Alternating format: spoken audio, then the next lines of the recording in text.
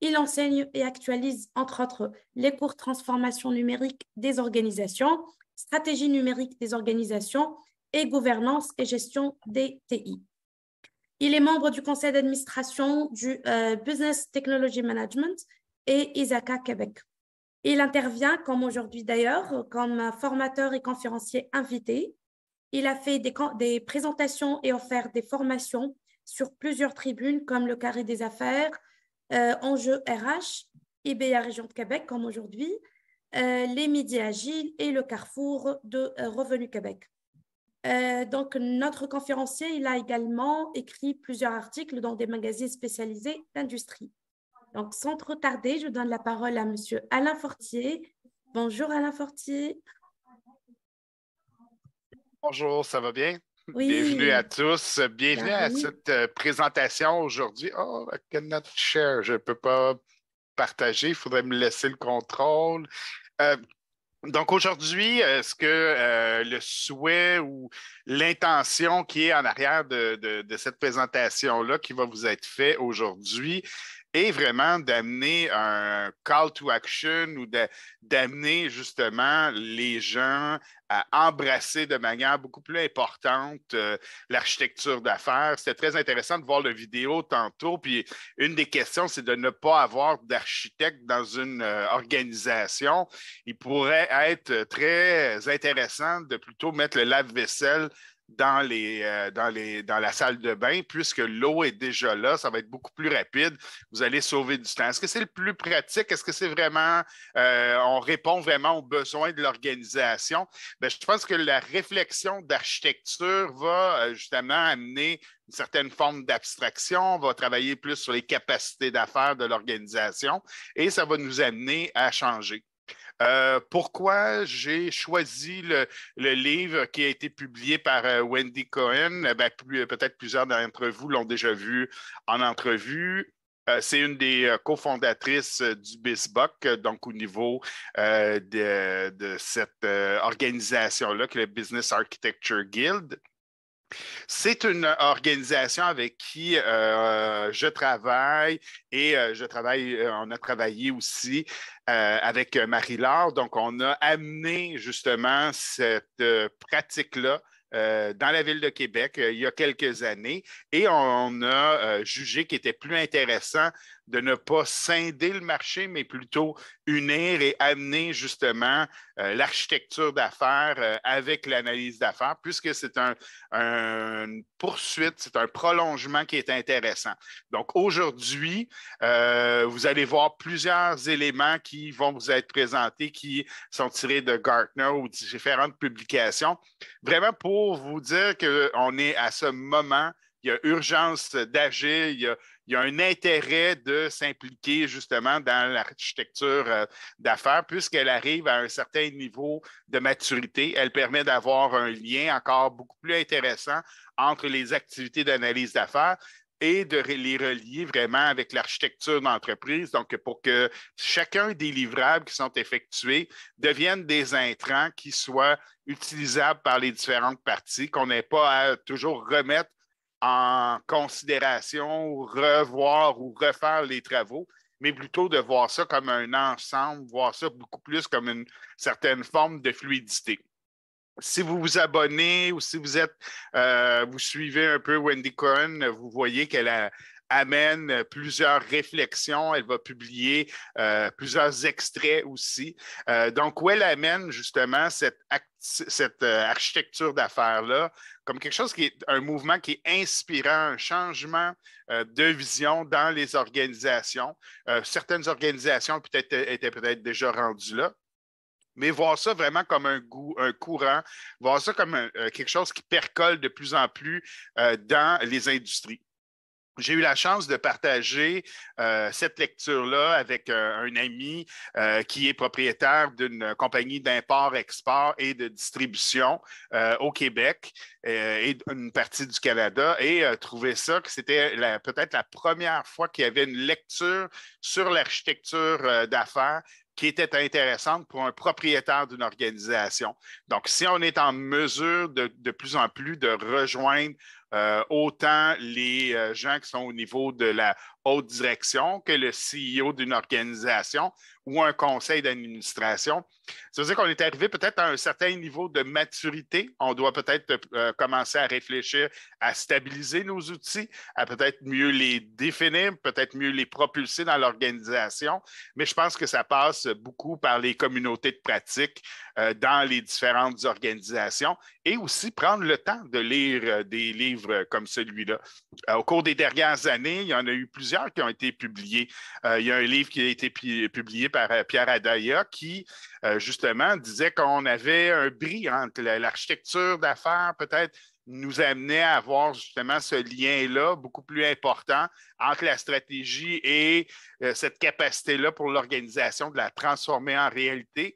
Vous avez l'année dernière Bolton qui était beaucoup plus sur les processus, qui a amené une forme ou une approche au niveau de l'architecture d'affaires.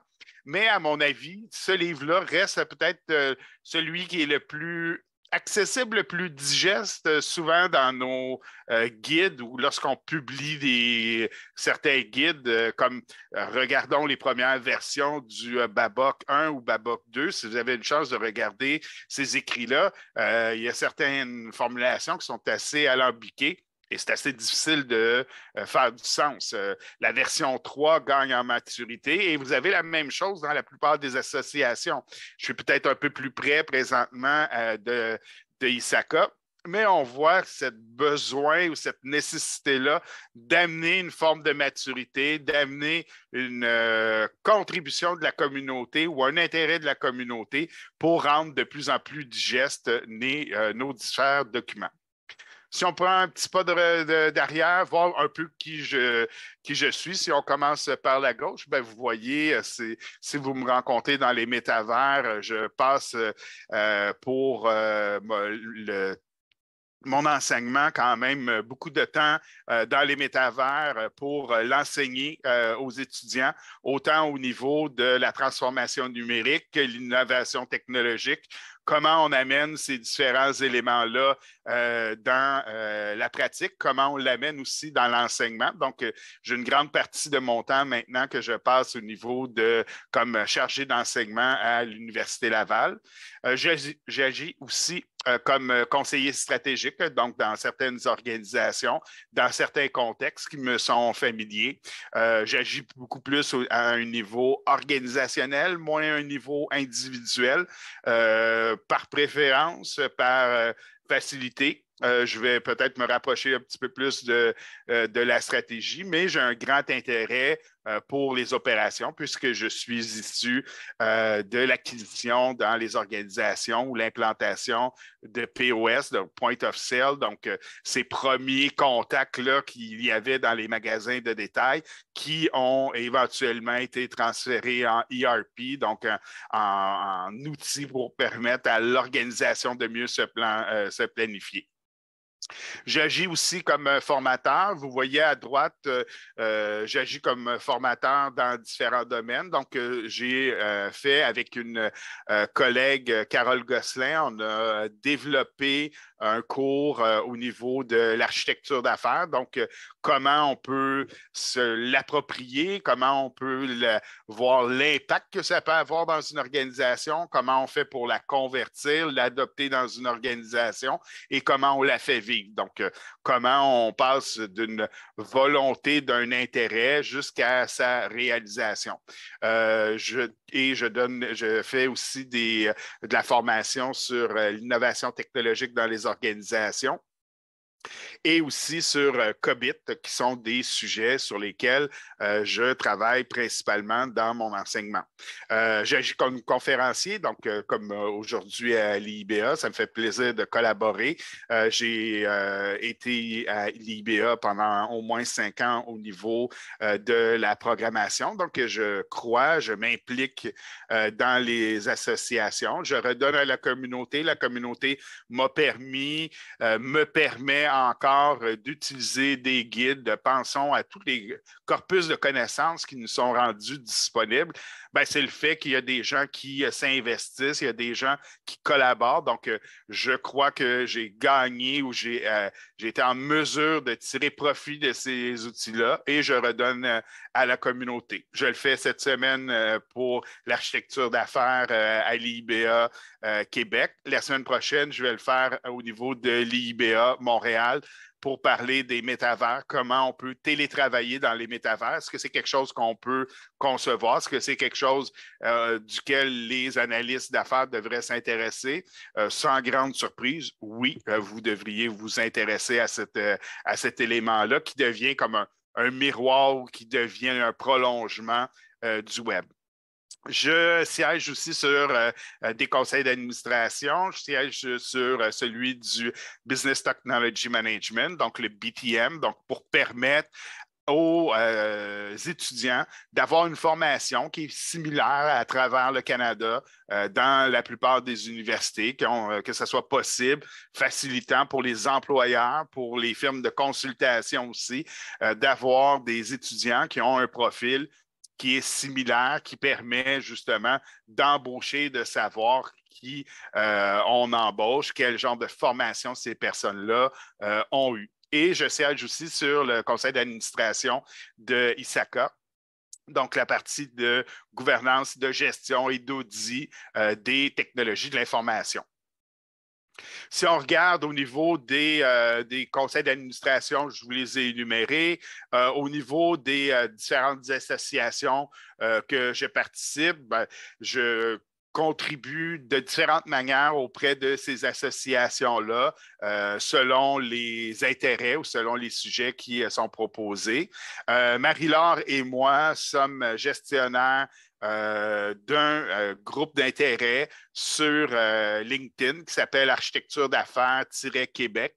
Donc, on vous invite à participer ou à être présent dans notre groupe. Ça nous permet de diffuser certaines informations. Ça nous permet aussi d'avoir des commentaires aussi de différents participants.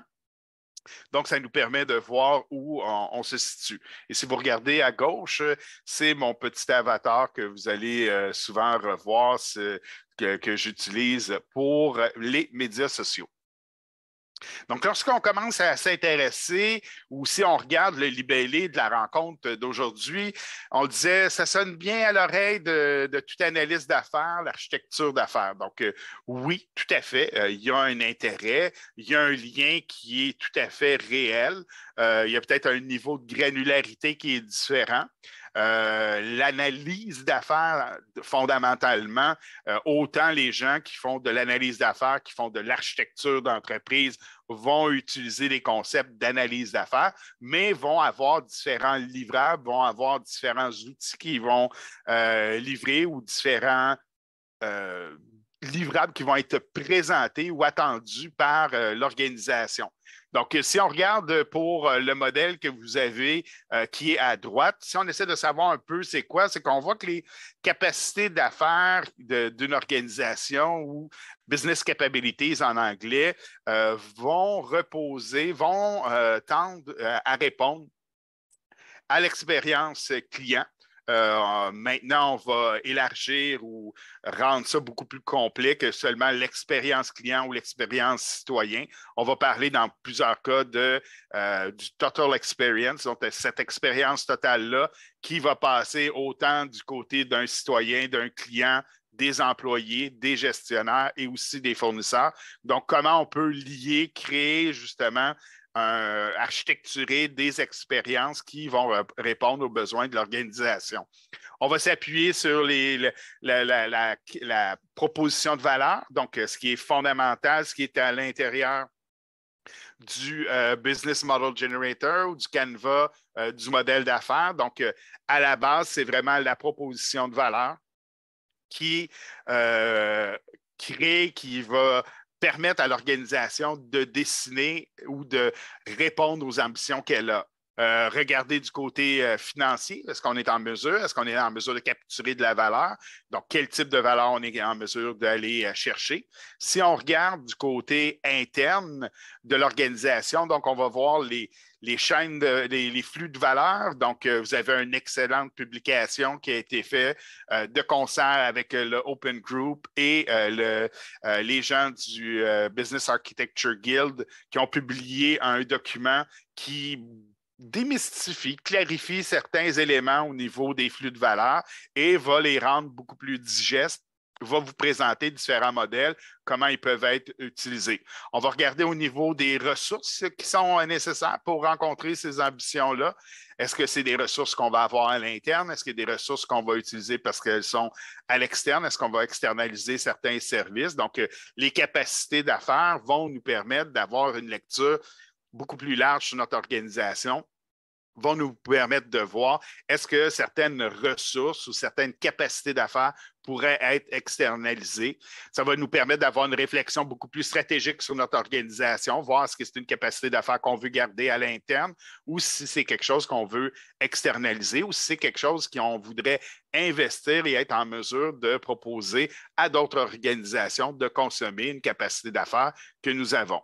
On va regarder aussi au niveau de la gouvernance, donc vraiment faire une différence entre la partie de gouvernance et de gestion des activités au niveau des technologies de l'information. Si on regarde au niveau du dernier livre qui a été publié par Wendy Cohen, ben, vous voyez, au lieu d'avoir un modèle où on va mettre la stratégie au centre, on va créer vraiment un parcours, on va créer un réel chemin pour l'architecte d'affaires. Donc, autant au niveau du développement de la stratégie, architecturer le changement, donc être en mesure de lire les différents impacts. Si vous regardez les petits points ou les petits cailloux qui sont tout autour, plus le caillou est gros, plus on voit qu'il va y avoir un grand investissement ou un apport plus important de l'architecte d'affaires, du conseiller en architecture d'affaires. Donc, plus on regarde ces modèles-là, bien, plus on voit où on va avoir un rôle plus important. Après ça, on va faire la planification des initiatives. Donc, on voit que les petits cailloux sont plus petits. Ça va peut-être être plus relayé à quelqu'un qui va être au niveau de la gestion de projet. Quand on va arriver à la réalisation de solutions, quand on va être à la partie où on va construire, où on va faire l'assemblage de la solution, donc on va avoir encore un certain impact. Mais l'élément qui est important, on va avoir beaucoup d'impact au niveau de la prise de mesure des résultats. Donc, est-ce qu'on mesure des efforts ou on mesure des résultats? Bien, ça, c'est des éléments qui sont importants. C'est des éléments où les architectes, les conseillers en architecture d'affaires peuvent avoir un impact important. Si on regarde un autre modèle, pourquoi on aurait justement ce modèle d'affaires-là qui serait au centre de l'organisation? Vous vous souvenez peut-être précédemment, j'ai dit la proposition de valeur est fondamentale. C'est l'élément de base qui se retrouve au centre de votre modèle d'affaires, mais on voit que ces modèles-là se relient avec d'autres modèles qu'on retrouve dans les organisations. Donc, c'est de voir que lorsque on en parlait avec Marie-Laure au début, à l'émergence peut-être plus du métier ou la légitimisation du métier des conseillers en architecture d'entreprise, on remarquait qu'il y avait encore des failles. Il manquait de ciment entre les différentes pratiques. On manquait de lien entre les différentes pratiques. On manquait de jelly. On était, dans certains cas, reliés à certaines pratiques au niveau des technologies de l'information, mais on n'était pas en mesure de faire des liens avec le reste de l'organisation. Donc, c'est une pratique qui n'était pas nécessairement mature, qui n'avait pas nécessairement toute sa place ou toute sa légitimité dans les organisations. Donc, dans le passé, où il y a à peine quelques années, vous avez pu voir dans certaines organisations des échecs cuisants dans certaines organisations, puisqu'on n'était pas en mesure d'avoir cette réponse, de voir cette dynamique-là qui existe là, entre les différents acteurs. Si on regarde le modèle du Open Group, puis on essaie de voir où se trouvent nos différents corpus de connaissances. Donc, si on regarde et on s'en va vers la pastille B, ben, on voit que l'architecture d'affaires, ben, ça va être basé beaucoup plus sur le BizBook. Si on regarde du côté gauche, on voit du côté du BABOK, donc l'architecture du changement ou cette capacité-là d'aller chercher les besoins d'affaires, d'avoir ces célébrations-là. On voit qu'ils sont à deux endroits sur deux pastilles. Si on regarde du côté du DMBOK, donc là, on est plus du côté de la donnée. Donc, lorsqu'on regarde un modèle comme celui-là, on se rend compte qu'il y a différents métiers qui se retrouvent au niveau de l'architecture d'entreprise. On voit que de plus en plus de métiers d'architecture d'entreprise sont spécialisés. Donc, avant, on avait un architecte d'entreprise ou un conseiller en architecture d'entreprise qui pouvait gérer tous les domaines. Maintenant, on voit des gens qui vont avoir des primaires et des fonctions qui vont être plus secondaires. Donc, de mon côté, moi, ma majeure est en affaires et ma mineure est en données. Ça ne veut pas dire que je n'ai aucune notion de sécurité ou aucune notion d'infrastructure ou d'info nuagique, mais rarement je vais me prononcer sur ces éléments-là parce que les orientations que je vais mettre ou que j'émettais dans le passé était beaucoup plus basé sur le champ d'expertise que j'avais qui permettait justement d'avoir une nuance, d'aller chercher une plus grande pertinence pour l'organisation en travaillant avec des collègues, avec des majeurs et des mineurs qui étaient différentes de la mienne. Si on regarde au niveau de COBIT, qui est un outil qui est peut-être plus parapluie dans l'organisation, quand on commence à regarder tous les corpus de connaissances, tous les standards qu'on a dans l'organisation, on s'aperçoit qu'il y en a quand même déjà beaucoup. Là, quand on regardait le modèle de TOGAF qu'on a vu tantôt, du Open Group, on voyait certains corpus de connaissances. Là, on se retrouve avec un modèle dans lequel on retrouve plusieurs standards, plusieurs éléments qui sont présents. Donc, lorsqu'une organisation ou lorsqu'un CEO, CIO d'une organisation entend parler d'un nouveau corpus de connaissances, d'un nouveau standard à utiliser, souvent va avoir une réaction très vive à ces éléments-là. Considérons que la privacy by design ou la conception en incluant la vie privée ou dès la conception des services vient d'être reconnue là, par ISO. Donc, ça va être une pratique qui va s'ajouter. Donc, quand on regarde ou à chaque fois que se présentent des nouveaux modèles ou des nouvelles approches, c'est pour ça que c'est difficile pour les organisations d'implanter ou de s'investir complètement dans chacun de ces modèles-là. Et si vous regardez, il y a un dépassement, il y a les corpus de connaissances ou les standards souhaitent toujours s'investir un peu dans un autre secteur, vont parfois dépasser ou outrepasser des frontières qui ont été établies par d'autres. Donc, on voit que c'est un contexte ou un modèle qui peut être assez complexe dans une organisation. C'est pour ça que lorsqu'on arrive avec des outils ou on arrive avec un corpus de connaissances comme le BizBook au niveau de l'architecture d'affaires, bien, il est intéressant d'avoir une réflexion avec les différents autres praticiens qu'il y a dans l'organisation, respecter, comprendre les pratiques de chacun, d'avoir une certaine forme de maillage au niveau des pratiques et d'avoir confiance aussi dans les livrables qui sont produits par vos collègues issus de différents secteurs. Pourquoi ça devient un casse-tête? Vous l'aviez bien vu dans la slide précédente, il y en a beaucoup. Et lorsque vous arrivez et vous parlez avec les gens d'affaires, moi, je suis un architecte d'affaires, je suis un architecte d'entreprise, architecte de solutions. Moi, je suis un conseiller en architecture d'affaires. Un conseiller en architecture d'affaires, c'est la même chose qu'un architecte d'affaires. Ça devient complexe, ça devient un casse-tête pour plusieurs organisations. Il y a une question aussi qui émerge. Si je suis un analyste d'affaires et je souhaite devenir conseiller en architecture d'affaires, quels sont les éléments ou sur quoi je devrais travailler? Quels sont les leviers ou les pratiques que je devrais être beaucoup plus sensible?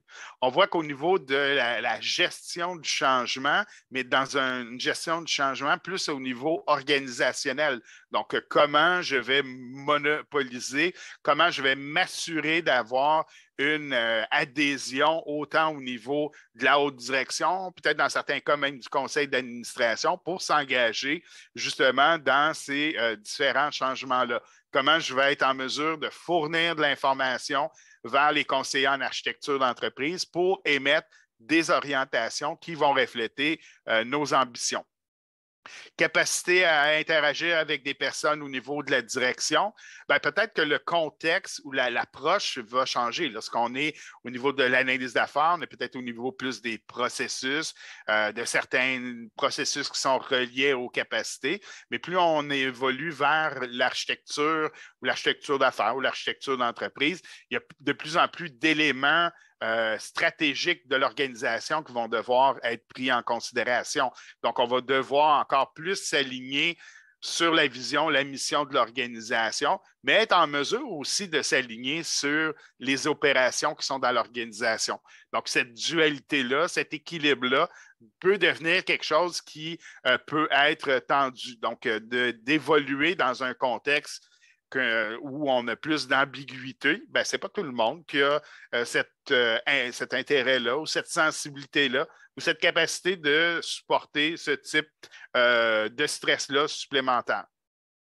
Tolérance à l'incertitude et à l'ambiguïté, puisque vous vous rapprochez plus de la stratégie de l'organisation, de sa vision, ben, on est exposé aussi de plus en plus à l'écosystème dans lequel l'organisation évolue.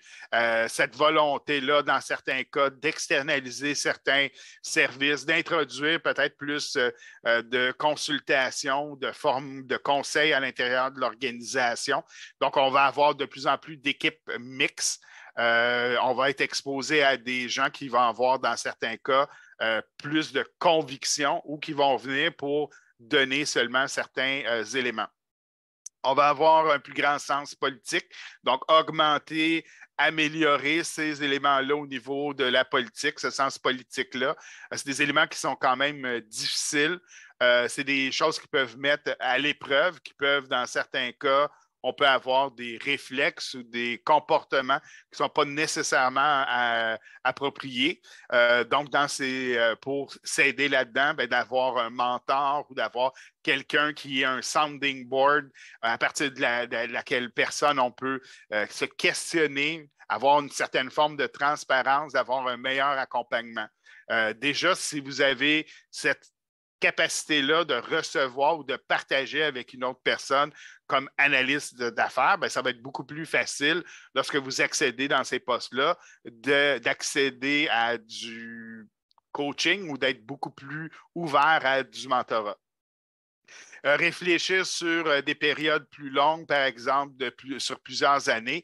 Donc, lorsqu'on arrive avec les capacités d'affaires, oui, on a intérêt à savoir quel est l'état actuel, l'état des lieux aujourd'hui, de se projeter, de voir vers quelle cible l'organisation, mais aussi d'accompagner l'organisation dans ce parcours-là, de voir que certaines capacités d'affaires qui aujourd'hui sont considérées comme, si on utilise le parallèle un peu des lumières, le vert, jaune, rouge, donc vert, on est en pleine santé, jaune, ça va bien, mais c'est sous surveillance, et rouge, et on encourt des dangers. Mais ça se peut qu'à travers notre parcours, à travers cette transition-là ou cette transformation-là de l'endroit où on se trouve aujourd'hui, certaines capacités d'affaires vont être au vert et vont peut-être passer au rouge et un rouge très foncé à certains moments donnés pour éventuellement émerger peut-être vers le orange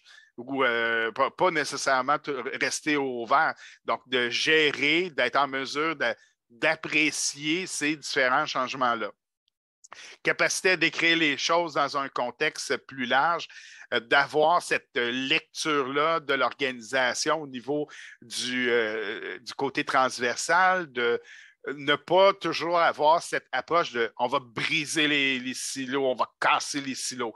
Peut-être qu'avant de briser puis casser les silos, peut-être qu'on peut créer des passerelles entre les différents silos. Si on est dans des postures de fonctions qui sont beaucoup plus transversales, de comprendre dans certains cas pourquoi ces silos-là existent. Je ne dis pas qu'il faut les alimenter, mais peut-être avoir un regard beaucoup plus bienveillant que de vouloir toujours les faire exploser. Parce que si vous vous retrouvez dans ce silo-là et quelqu'un arrive avec la bonne nouvelle et vous annonce qu'il va faire éclater, sauter votre silo, je ne suis pas sûr que tout le monde a la même réflexion lorsqu'on arrive avec des sabots qui sont aussi gros que ceux-là. Surtout au Canada, l'hiver, les sabots, c'est pas souhaitable. Si on regarde au niveau du modèle ou de la définition qui est utilisée par le Business Architecture Guild, donc on va établir la stratégie de l'entreprise. Dans le modèle du Business Architecture Guild, là, on inclut vraiment tout ce travail-là au niveau de l'architecte, du conseiller en architecture d'affaires. Donc, c'est pas toujours clair. Ces modèles-là se veulent très ambitieux. Est-ce que dans toutes les organisations, le conseiller en architecture d'affaires va aller aussi loin que ça? Est-ce qu'il va y avoir peut-être des tables de réflexion? Peut-être qu'il va y avoir des modèles qui sont différents, qui vont varier selon la dimension de l'organisation, selon l'ADN de l'organisation. Donc, vous voyez une suite d'éléments qui nous amènent jusqu'à son déploiement et ce lien-là qui est toujours fait avec les gens au niveau de l'architecture d'affaires. Et peut-être qu'on manque ou on ne voit pas nécessairement toutes les parties prenantes qui pourraient s'y retrouver. Si on regarde tantôt, quand je vous parlais au niveau des flux de valeur, l'intérêt ou l'élément qui est central au niveau des flux de valeur, c'est d'être en mesure de le débâtir en plusieurs chevrons, en plusieurs petits segments, de voir quelles sont les autres étapes qui pouvaient être utilisées, de voir ce que certains de ces chevrons-là qui pourraient être externalisés, utilisés par un autre service. Donc, on va arriver dans un modèle où on va travailler beaucoup plus sur des approches d'interopérabilité. On va essayer de vouloir réutiliser certains services qui ont été défaits ou utilisés. Donc, lorsqu'on plonge dans certains cas, dans une forme très granulaire des processus, on va vouloir optimiser le processus. On n'aura pas nécessairement ce regard-là ou ce niveau d'élévation au niveau du processus pour voir que certains éléments pourraient être utilisés à un endroit, réutilisés à un autre. Si on a une organisation qui est très en silo, vous pourriez avoir certains silos qui sont beaucoup plus riches que d'autres, qui vont avoir plus d'argent, vont avoir plus de capacité pour des fonctions aussi simples que authentifier un client. Vous pourriez avoir, dans certains cas, plusieurs endroits dans l'organisation où vous allez imprimer des documents qui vont être envoyés au client. Lorsque vous en avez plus que 3, vous êtes déjà proche du chaos. Et si vous faites votre inventaire de votre organisation et vous vous rendez compte que vous en avez une quinzaine, vous êtes très, très, très, très dans le chaos. Donc, est-ce qu'il y a d'intérêt de voir ce que vous en avez 14 ou 17? Déjà de savoir qu'approximativement, vous en avez 15 dans votre organisation, il y a peut-être un exercice de rationalisation ou de réflexion, comment on pourrait réutiliser certaines fonctions, certaines capacités dans l'organisation avant de rajouter ou d'améliorer ou de réinvestir ou de faire une nouvelle acquisition. Donc, imaginez si vous avez un parc qui est aussi complexe que ça, vous en avez à 15 endroits, et vous avez des mises à jour, vous avez des cycles de vie à respecter, ça peut devenir très complexe inutilement. Si on regarde et on veut comprendre quels sont les différents livrables qui sont proposés, les gens de Gartner se sont interrogés ou ont défini genre de portefeuille des différents livrables qu'on a ou qui pourraient revenir au niveau de l'architecture d'affaires. Donc, autant au niveau d'avoir des one-pagers, au niveau de la stratégie, donc d'avoir un résumé qui va être souvent envoyé aux gens au niveau de l'architecture d'entreprise. Ils vont faire certains travaux et vont être envoyés soit dans des comités de direction, des comités décisionnels ou directement vers le conseil d'administration. Vous avez des modèles où on va faire des parcours clients, donc des journey maps. Donc, comment on va lire ou comment on va comprendre les différents moments de vérité pour un citoyen ou un client ou même pour un employé. Quels sont les réels moments où un employé va réaliser que vous vous occupez de eux. Donc, plus vous travaillez sur ces différents livrables-là, bien, plus ça peut devenir intéressant autant pour attirer des nouveaux talents et que de retenir des talents, autant par l'intérêt que vous avez au niveau des individus, mais autant au niveau de cet intérêt-là ou du travail que l'organisation fait, bien, vous allez aller chercher des talents de plus haut niveau. Si on regarde au niveau de ma proposition que je vous avais faite pour la rencontre, donc la première partie, je répondais à ce que l'IBA Québec souhaitait voir ou souhaitait amener. Dans cette partie-là, ce que je vais vous présenter, c'est différents outils ou différents découpages qui sont proposés. Donc, si vous regardez sur la présentation qui est à gauche, bien, vous voyez que la partie stratégique, les capacités d'affaires qui sont stratégiques dans une organisation sont somme toute assez limitées. Donc, ce n'est pas toutes les capacités d'affaires de l'organisation qui sont stratégiques.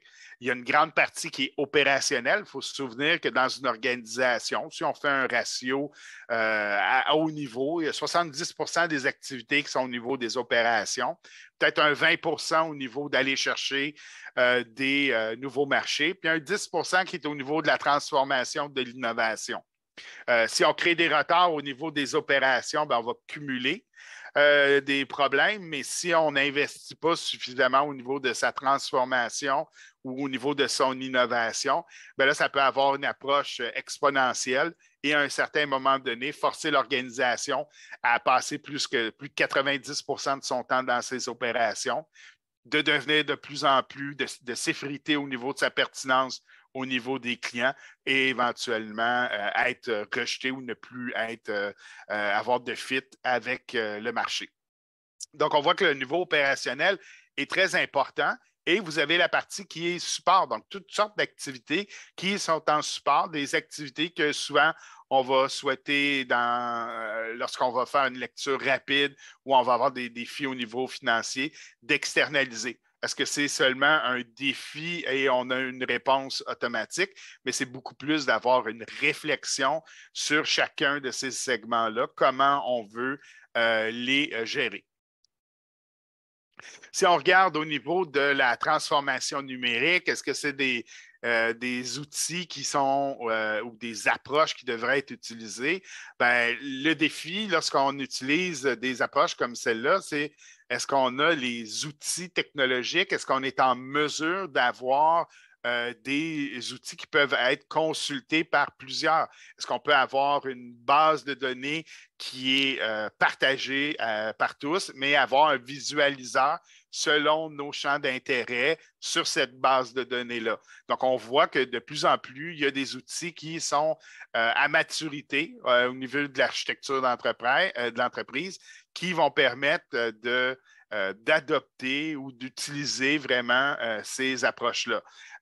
On avait dans le passé des grandes solutions au niveau de l'architecture d'entreprise, des plus petites solutions au niveau de l'architecture d'affaires, d'autres au niveau de l'analyse d'affaires, mais on voit de plus en plus de modèles qui sont plus par module. Donc, on peut avoir un outil central et après ça, rajouter des modules qui vont permettre à l'organisation d'évoluer. Quand on se lance dans l'architecture d'affaires, on se dit, est-ce que tout ce qui a été fait dans l'organisation est à jeter et je dois tout recommencer? C'était souvent la philosophie ou l'attitude qui était faite par les gens en architecture d'affaires dans le passé, mais on se rend compte que les capacités d'affaires qui sont ici au centre sont plutôt une lecture qui nous permet de regrouper autant nos flux de valeurs, donc tout ce qui est beaucoup plus opérationnel, on va parler peut-être plus de BPM de ce côté-là. Si on se rend de ce côté-ci, on va parler plus au niveau de la stratégie, donc comment on va transférer de la stratégie vers les opérations, donc comment on va faire pour que le pneu touche la route, s'agrippe à la route et soit pertinente. On va voir ici peut-être plus du côté de comment je vais capturer de la valeur dans l'organisation. Donc, comment l'organisation est en mesure de capturer de la valeur des activités qu'elle fait. Donc, que ce soit autant une organisation du côté gouvernemental que du côté privé, donc d'être en mesure d'aller chercher de la valeur, donc de créer de la valeur pour le client, le citoyen. Et vous avez toute la partie ici qui est au niveau de comment on va créer ou comment on va architecturer des expériences. Puis comme je vous parlais précédemment, on parle de plus en plus d'architecturer l'expérience totale, donc de faire un lien avec les différentes parties prenantes, d'inclure autant les gestionnaires. Donc, quand on a des approches, pensons à l'agilité à l'échelle, souvent, dans certains cas, l'expérience gestionnaire, on l'a évacué. On s'est dit, ah, ben, c'est pas vraiment très important. J'ai l'appui de la haute direction, j'ai l'appui des employés, ben, je vais l'implanter et je vais avoir un succès.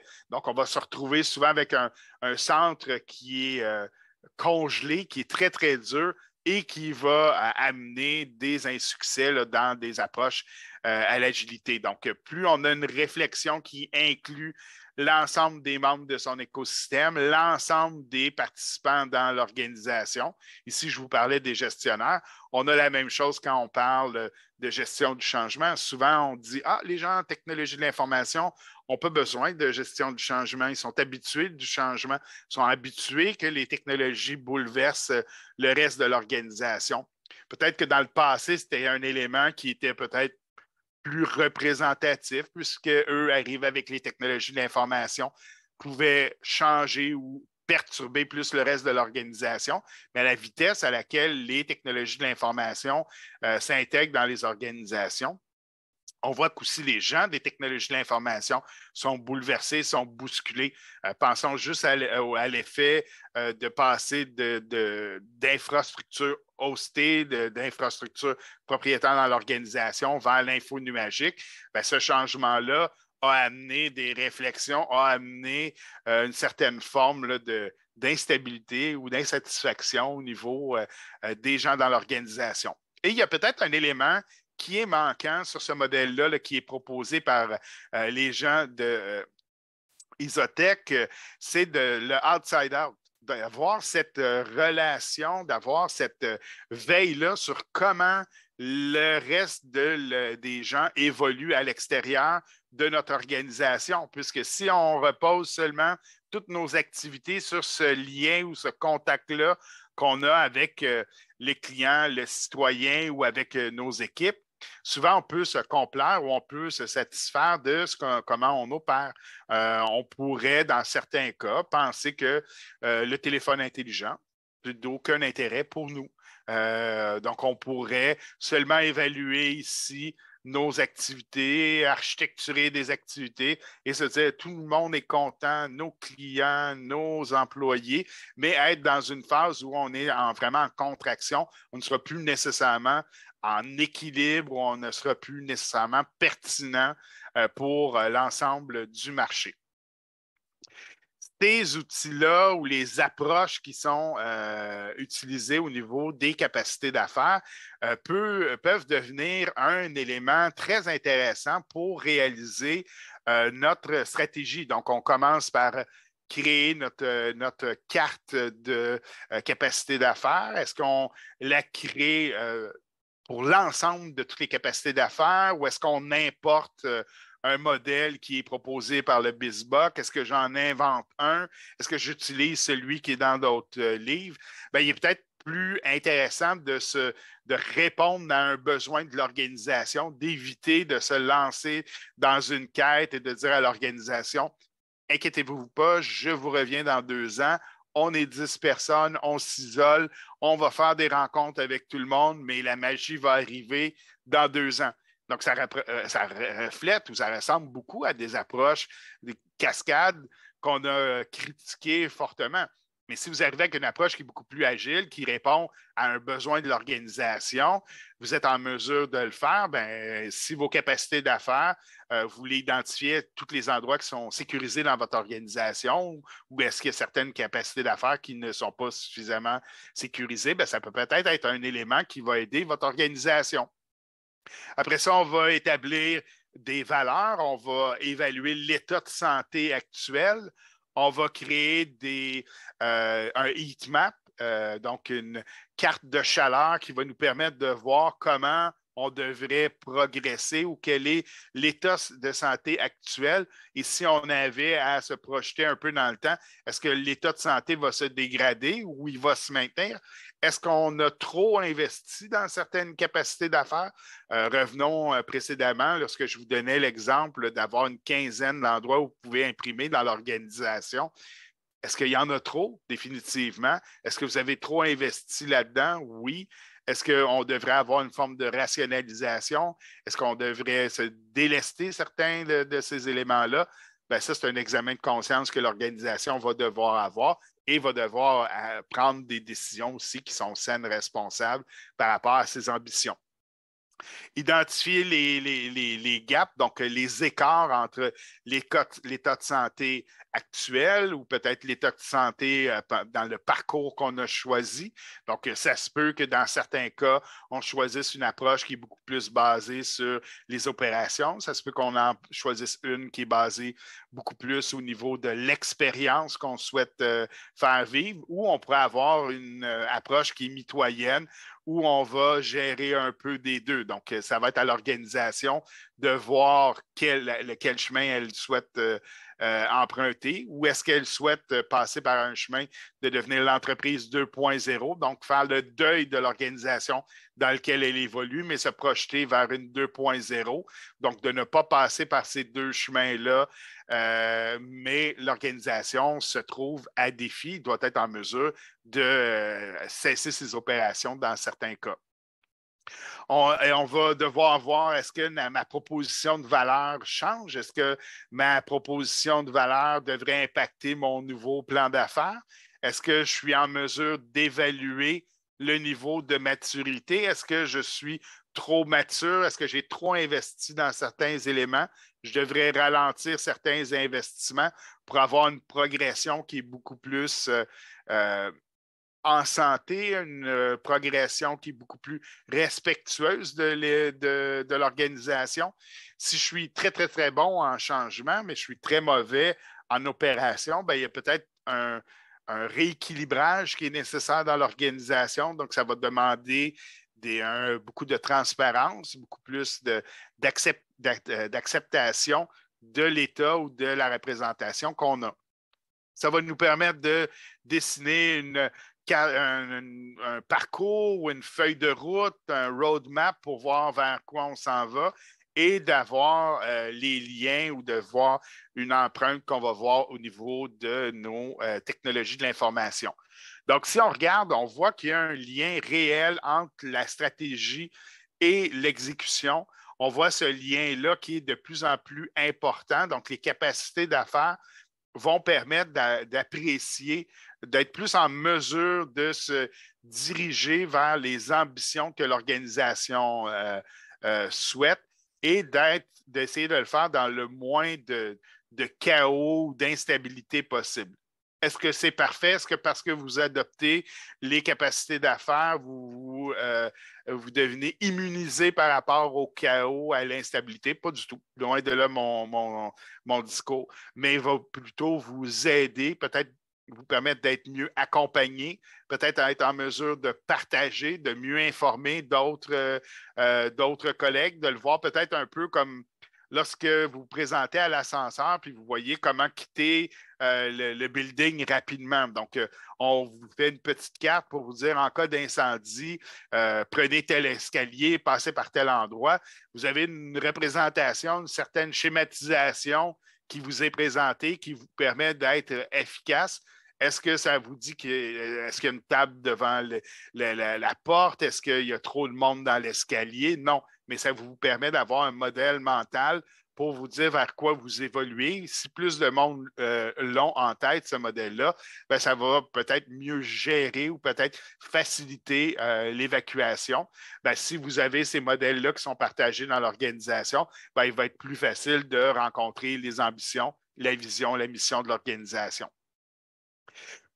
Si on regarde les modèles ou les intrants ou les différents livrables qui sont proposés, bien, ces éléments-là vont être consommés aussi par les conseillers en architecture d'entreprise. Plus les outils sont faits de manière structurée, de manière en pleine conscience, donc en pleine compréhension de ce qu'on fait, bien, on va être en mesure justement d'avoir une plus grande confiance, d'avoir un plus grand partage, de vraiment se questionner, se reposer sur les bonnes questions, éviter d'avoir rechallengé les différents modèles, de perdre un temps fou à challenger des modèles qui sont présentés au lieu de se questionner sur les réels enjeux auxquels l'organisation fait face.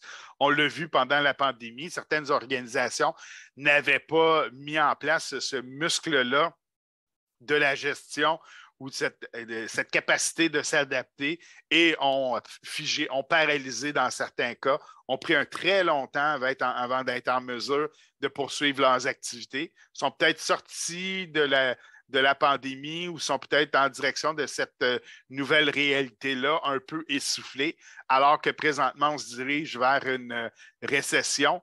Donc, si vous sortez de la pandémie ou vous sortez vers cette nouvelle réalité, déjà vous êtes essoufflé. Lorsque vous arrivez dans un contexte de récession où on est encore plus exigeant au niveau de l'efficience de l'organisation, mais sa capacité aussi d'être centré sur la personne, ben, il va être difficile de sortir gagnant de ces éléments-là. Donc, ces épreuves-là créent de plus en plus des grands gagnants et des grands perdants à travers le monde. Si on vous parle de la partie de création de valeur par l'architecture d'affaires, donc tout ce qui est un peu plus du côté orangé, là, vous vous dites, ah, c'est fantastique, tous ces éléments-là vont se mettre en place, on va avoir des liens, on va vivre dans une communauté de partage et d'échange, tout le monde va avoir établi la portée de ses activités, mais pour garder vivant, pour permettre à l'organisation d'évoluer, on doit atteindre un certain niveau de maturité, on doit être en mesure de supporter l'organisation, on doit être en mesure de lui permettre d'avoir cette réflexion-là, ces échanges-là. C'est un peu comme l'innovation.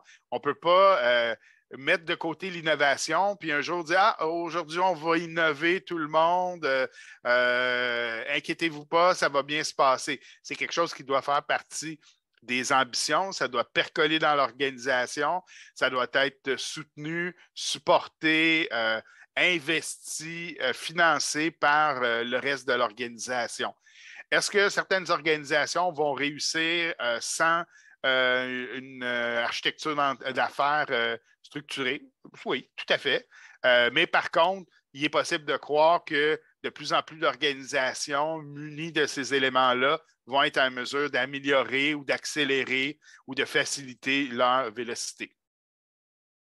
Si on regarde comment ou par où commencer, bien, les communautés de pratique sont des éléments qui sont très importants. Donc, si on veut favoriser ces éléments-là, on peut avoir des clubs de lecture, on peut avoir des communautés de pratique, donc des gens qui vont s'interroger, qui vont partager, qui vont avoir des questionnements, donc de vraiment comprendre c'est quoi l'architecture d'affaires, pourquoi on devrait importer ou implanter ces approches-là. Lorsqu'on travaille plus en architecture d'entreprise, c'est le quoi, le pourquoi. On va se poser beaucoup ces questions-là. Lorsqu'on va descendre un peu plus, on va se questionner le comment. Comment je vais implanter ça? Et quand je vais l'implanter. Sachant qu'on arrive à un niveau de maturité des outils, bien, il y a de plus en plus d'organisations qui se sont déjà investies ou qui ont déjà abordé certains de ces éléments-là et, dans certains cas, vont être en mesure de tirer un réel avantage et peut devenir un avantage compétitif dans plusieurs cas. S'il y avait des éléments clés à se souvenir de la présentation, si vous regardez à gauche, vous avez le Hype Cycle, justement, au niveau de l'architecture d'entreprise, et on voit que la maturité que gagnent les pratiques en analyse, en architecture d'affaires deviennent de plus en plus importantes. On voit que d'ici 2 à 5 ans, on va atteindre des niveaux de maturité. Donc, c'est très rapide, 2 à 5 ans. Si on ne met pas la table, si on ne commence pas à avoir le filet pour supporter ces activités-là, ça n'arrivera pas.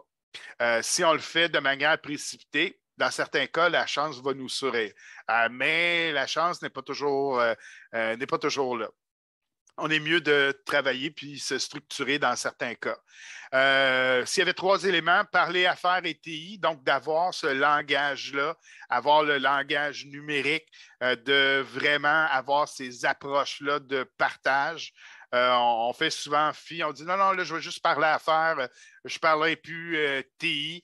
Il faut créer ces liens-là, il faut continuer à nourrir ou à amener ces partages-là, de ne pas durcir les oppositions ou de dire que de toute façon, les technologies ne sont pas importantes. Malgré toute la bonne volonté, le télétravail sans technologie de l'information, c'est difficile d'y croire. Cette capacité-là de se rencontrer sans les technologies de l'information qui vont amener, qui vont être utilisés comme un réel levier, qui ne seront pas utilisés seulement comme de l'électricité, mais vraiment un moment pour lier l'organisation. Parlez pas des modèles, encore moins des capacités, capacités d'affaires. Là, vous amenez les gens dans un jargon d'industrie. Est-ce que c'est capacité, là, l'autre dit capability, l'autre capacité dans un autre département, il dit ouais, mais là, ça, c'est le nombre de ressources qui est nécessaire. Non, non, non, mais nous autres, c'est pas ça que ça veut dire. Et c'est un piège qui est très important. Répondez à un besoin de l'organisation. Donc, dans votre première réalisation, répondez à un besoin de l'organisation. S'enfermer dans une salle, de dire dans 2 ans, on vous revient avec le génie et la vérité. Peu d'organisations vont vous permettre ça. C'est de moins en moins possible de faire ça. De travailler de manière isolée, souvent, va faire que vous allez devenir non pertinent. Et aussi, s'il y a des gens, vous demandez aux lignes d'affaires de participer, ils vont dire, bon, c'est encore un autre projet DTI, on va participer au moins 3 mois. De toute façon, après ça, ils vont se tanner, ils vont tout être mêlés, puis ils vont se chicaner avec leurs différents corpus de connaissances. Mettez-vous en action. On n'est plus à un moment où on peut le regarder de loin, dire ah oui, je vois ça, c'est l'élément que je souhaite voir dans le futur, mais c'est vraiment, là, c'est un call to action de se mettre en action. Vous avez plusieurs éléments qui sont à maturité, vous avez plusieurs références qui sont tout à fait récentes, qui datent de l'année dernière. Est-ce que la pandémie a accéléré la transformation numérique? Elle a légitimé cette accélération-là, mais là, puisqu'on s'en va vers cette nouvelle réalité, on a commencé vraiment à intégrer ces éléments-là en s'en allant vers quelque chose qui va ressembler peut-être à une récession, dépendamment des impacts qu'on va avoir.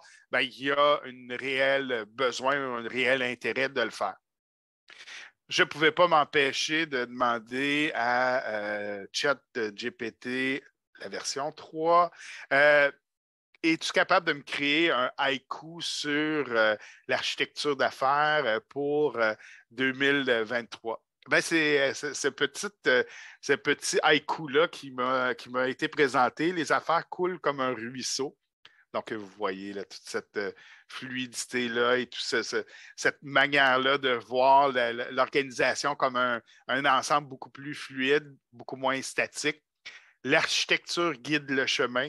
Donc, n'est pas là pour entraver, pour nuire, n'est pas là pour mais là beaucoup plus comme quelqu'un qui va guider, qui va accompagner, qui va avoir peut-être une fonction beaucoup plus de Sherpa au niveau de l'architecture, donc de ne pas avoir une tour d'ivoire, mais quelque chose qui est beaucoup plus ouvert et l'efficacité brille.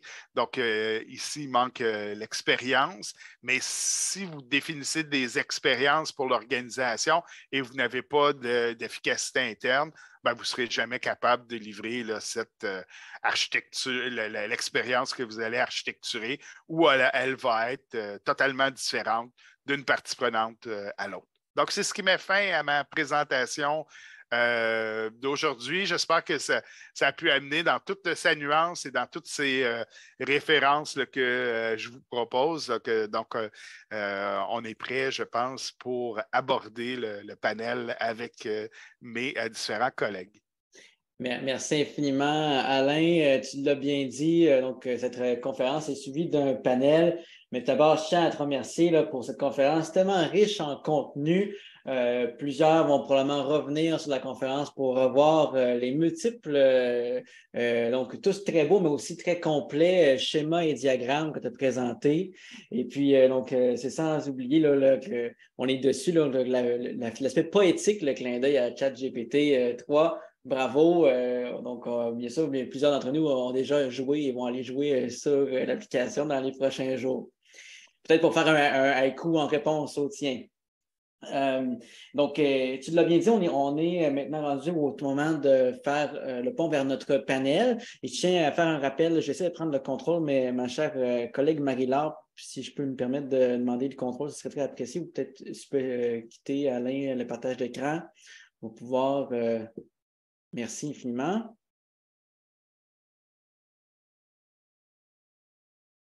Donc, un simple rappel de notre conférencier, bien entendu, ainsi que panéliste. Donc, Alain Fortier, vous le connaissez déjà, il vient tout juste de présenter cette précédente présentation. Chargé d'enseignement à l'Université Laval. Nous avons également Morad. Nous autres conseillers experts en analyse et architecture d'affaires. Donc, Morad a une multitude de certifications. Il a aussi œuvré dans plusieurs de nos sphères de l'architecture d'affaires.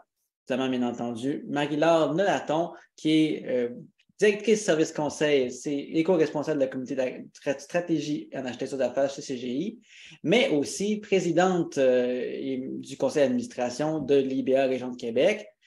Anis Abid, directeur pratique et analyse et architecture d'affaires chez Alitia, et également siège sur le conseil d'administration de l'IBA Région de Québec comme vice-président programmation. Notre panel sera d'une durée en fait, jusqu'à 19h30. Donc, on a déjà une série, bien entendu, de questions à titrer, mais n'hésitez certainement pas à réagir auprès de nos panélistes dans le clavardage. Nous allons être en mesure de pouvoir prendre les questions. Je vais faire le tour moi-même. Puis donc, on va pouvoir partager et répondre tous ensemble. Parfait. Donc... Allons-y tout de suite. Donc, on avait déjà une question, puis je vais vous mettre en évidence là, les panélistes dans quelques instants. Donc, après cette présentation, le retour de l'expérience sur l'architecture, est-ce que c'est en fait l'implantation de l'architecture d'affaires, c'est un échec ou une réussite finalement au cours des dernières années?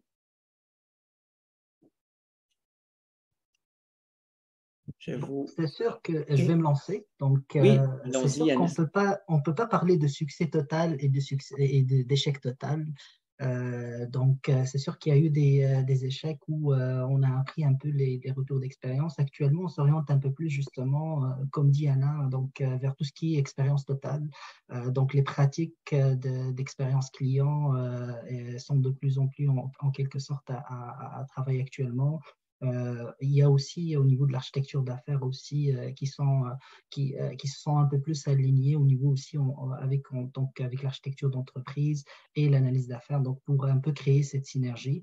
Mais je crois que le clé de succès, c'est sûr, c'est vraiment, donc justement, comme a dit Alain, là, c'est cette cascade entre les différents référentiels ou les différentes méthodes. Il ne faut pas vraiment les utiliser à la lettre. Là. Il faut souvent s'adapter ou adapter nos référentiels et nos façons de faire à l'organisation. Donc, on va partir un peu des référentiels qui existent. On va partir toujours du client. Donc, en premier, pour dégager qu'est-ce qui est les flux de valeur, puis on va cascader justement vers les capacités, comme l'a mentionné Alain. À partir de là aussi, on aura en parallèle aussi nos flux de valeur et bien sûr, on aura aussi nos objectifs qui vont donner un peu nos initiatives. Donc, avec ces trois axes-là, l'axe flux de valeur qui va donner un peu nos processus, l'axe aussi donc capacité qui vont donner un peu aussi un peu plus, qui vont un peu se cascader, on va dire, en termes de TI, c'est-à-dire qui vont nous donner un peu plus une idée aussi quelles sont les capacités, quelles sont les différentes solutions qu'on a qui répondent en quelque sorte, qui sont au niveau de ces capacités-là, et aussi au niveau des initiatives qui vont définir un peu nos portefeuilles de projets, nos transformations. Ça va nous permettre aussi de savoir où on veut se rendre, et c'est là qu'on va permettre un peu on va dire de faire le heatmap là pour savoir c'est quoi les capacités qui nécessitent un peu plus d'investissement, qui sont en rouge, qui sont en vert, qui sont en orange. Donc, tous ces aspects-là, je crois qu'ils doivent être un peu en synergie, sans pour autant parler vraiment jargon. Donc, effectivement, là, on ne parle pas vraiment capacité, capability. Il faut qu'on passe par ces étapes-là peut-être, mais sans pour autant parler le langage capability. Il faut avoir un peu, parce que si on parle par exemple de gestion par exemple, de gestion de clients, par exemple, relation client, par exemple, tout le monde il connaît ça, donc c'est une capacité ou une capability, donc on peut un peu plus aller vers ça, puis on va dire la cascader vers les TI en termes qu'est-ce qui existe, en termes de solutions. Et aussi, on a aussi beaucoup, on va dire, surtout dans un contexte, par exemple, où on a plusieurs de fusions ou dans un contexte où on a plusieurs silos, d'essayer un peu de les fusionner vers une seule capacité et aussi de ramener les investissements au niveau des capacités. Pas au niveau vraiment des solutions, pas au niveau vraiment, donc on va dire, c'est plus voir quelles sont les capacités qui nécessitent le plus d'investissement et mettre l'investissement là-dessus.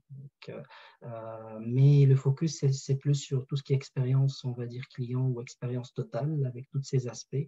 Il y a l'agilité aussi qui vient un peu se coller à ça, donc c'est une réalité aussi qu'il faut prendre en charge, surtout au niveau du SAFe, qui est de plus en plus présent au niveau des projets. Donc, l'expérience totale, effectivement, est-ce que l'expérience totale est inclue? Est-ce qu'on voit cette notion-là dans le SAFe? C'est deux notions différentes, mais est-ce que l'implémentation du SAFe fait en sorte que l'expérience totale est prise en compte finalement dans… Ils sont en fait pas forcément que c'est inclus dans le SAFe, mais forcément justement avec les communautés, avec les pratiques, avec tout ce qui se fait. Je crois que ces trois initiatives-là, tout ce qui est agilité, tout ce qui est expérience totale, avec tout ce qui est l'expérience client, l'expérience employé, et en parallèle, on a aussi l'architecture et l'analyse d'affaires et l'architecture d'entreprise. Toutes ces pratiques-là, en créant un peu une synergie des initiatives, je crois que c'est là où on va assurer un peu un succès. Dans un sens, par exemple, le SAFe est souvent arrimé avec, par exemple, l'architecture d'affaires. Quand on parle, par exemple, de capacité, on le relie souvent à par exemple, des EPIC. Par exemple. Quand on parle un peu plus, on descend à un niveau plus bas, quand on parle un peu plus de sous-capacité, on peut parler par exemple de feature. Donc, ce mapping-là, je crois, entre justement l'agilité, les modèles d'architecture d'affaires et aussi l'expérience client, parce que, comme l'a montré Alain, avant d'aller vers les capacités avant de vraiment d'essayer de cascader ça. On part toujours de flux de valeur, on part toujours aussi du parcours des clients. Donc ça, c'est vraiment, ça va favoriser qu'on est plus centré sur les clients. Donc c'est là où il y a cette synergie-là. Donc, on part du client, on fait le parcours, l'expérience client avec tout ce qui est les cartes d'empathie, les parcours du client, les flux de valeur. On a l'architecture d'affaires aussi qui va appuyer ça au niveau des modèles qu'on vient de voir. Donc, en partant des capacités, on va voir quelles sont les capacités qui vont un peu plus, qu'il faut un peu, on va dire, transformer ou ajouter. Et avec ça aussi, on a le SAFE en parallèle qu'il faut un peu aussi relier à ces initiatives-là, dans un sens qu'il faut mapper le SAFE avec l'architecture actuelle, avec ses différents rôles. Comment l'architecte d'affaires il fait au niveau de cette nouvelle nomenclature SAFE? Comment l'architecte d'entreprise il opère au niveau de cette nomenclature SAFE? Je ne peux pas m'empêcher de tout de suite aller vers le prochain sujet parce que tu as déjà amené, Anis, le sujet des rôles et donc les différents rôles qu'on retrouve dans la plupart de nos cadres de référence. Je pense qu'Alain, ça a été mentionné déjà, là, mais il existe un chevauchement qui est remarquable dans les différents rôles entre l'analyste d'affaires, l'architecte d'affaires. Est-ce qu'il faudrait définir les livrables finalement de chaque métier pour s'arrêter à une définition claire? Puis je pense qu'on peut peut-être se tourner vers toi, Alain, mais aussi vers Morad qui pourrait réagir là, à cette question. Bonsoir. Donc là, les architectes d'affaires se concentrent principalement sur le niveau organisationnel et comprennent, on va dire, les capacités, le marché, les produits, ainsi que la manière dont la valeur est fournie aux clients. Donc, l'architecte d'affaires... Comment tu fais pour ouvrir? T'as plus de... Allô? Il y a un micro qui est ouvert. Oui, est-ce que vous voulez bien? Fermer leur micro, c'est très apprécié. À moins qu'il faut commenter, bien évidemment. Oui. Donc, je disais que l'architecte d'affaires ne se concentre pas sur la livraison, mais les informations qu'il développe peuvent conduire à des projets et assurer l'alignement avec les capacités organisationnelles. Donc, il s'agit de la planification. Donc, c'est un rôle de planification d'architecture et généralement pas du tout de livraison et d'exécution. Et c'est là qu'intervient le business analyst ou l'analyste d'affaires. Donc, l'architecture d'affaires permet de comprendre l'impact des problématiques et des opportunités sur une organisation et de choisir la solution d'affaires la plus appropriée sur laquelle vient s'imbriquer l'analyste d'affaires. Donc, vous pouvez considérer un architecte d'affaires comme une version à grande échelle d'un analyste d'affaires qui assure l'alignement de ses projets et exigences sur la stratégie et l'architecture d'affaires qui a été définie par l'architecte. Et là, comment éviter ce chevauchement? Donc, c'est au travers des offres de services qui devraient décrire de façon claire les différents livrables assignés tant à l'architecte d'affaires qu'à l'analyste d'affaires, en prévoyant les différents arrimages avec l'architecte d'entreprise, l'architecte solution, avec le propriétaire de produit, le SMI. Donc, tout ça devrait être bien documenté au travers d'une offre de service claire avec les différents livrables, les modèles RACI, etc. Et il n'y a pas que ça. Donc, les différents points d'arrimage, car les analystes d'affaires peuvent challenger le modèle architectural cible proposé par l'architecte d'affaires. Parce que l'architecte d'affaires, quand il met en place un modèle d'architecture cible, donc il est challengé par l'analyste d'affaires qui a une vision un peu plutôt terrain, plutôt solution. Donc, ça peut toujours déclencher un besoin d'apporter des ajustements, d'affiner quelques éléments au niveau de l'architecture cible qui a été définie. Donc, pour moi, le chevauchement, il peut être remédié au travers d'une offre de service ou d'une formalisation, d'une documentation de cette pratique-là. Parce qu'on voit ça beaucoup, Alain, n'est-ce pas, dans les projets présentement de transformation ou des analyses d'affaires qui font de l'architecture ou l'architecture des architectes d'affaires qui font de l'analyse de l'affaires, finalement. Est-ce que c'est vu à changer, ça, au cours des prochaines années dans les projections de Gartner et autres? Quand on regarde, là, puis je rejoins Moral là-dessus, là, on a besoin d'avoir beaucoup plus d'humilité. Chacun des corpus de connaissances qui sont présentés, comme je disais tantôt, on peut tout le monde veut être le chef de la montagne. Si vous lisez les trois différentes versions du Babok, dans la première, on est en quête de légitimité au niveau des TI. Après ça, dans le deuxième, en quête de légitimité au niveau de la gestion de projet. Dans la dernière version, on est beaucoup plus près de la stratégie. C'est tout à fait louable. Et c'est ça qui va justement amener ces changements-là, puis adopter des vocabulaires. Mais je pense qu'il y a une volonté, puis un besoin aussi de ne pas nécessairement avoir un cloisonnement. Ah, ça, c'est mon livrable, ça, c'est pas ton livrable, mais d'avoir justement une confiance aussi entre les différents livrables qui sont proposés. Parce que ce qu'on voit souvent, c'est que pour avoir œuvré en architecture d'entreprise, on refait le travail que les architectes d'affaires ont fait parce que ce n'est pas selon les normes ou les standards que nous, on s'attend. Donc, on s'attend à avoir un intrant d'une certaine manière. Donc, de travailler, d'avoir cette ouverture-là, c'est ce qui est souhaité puis ce qui est présenté. Puis dans plusieurs, on voit vraiment comme un continuum. Le défi, c'est le fait qu'on se dirige vers une récession ou un rebrassage. Bien, ça peut avoir une volonté ou un durcissement ou une volonté de certains groupes ou individus de légitimer leurs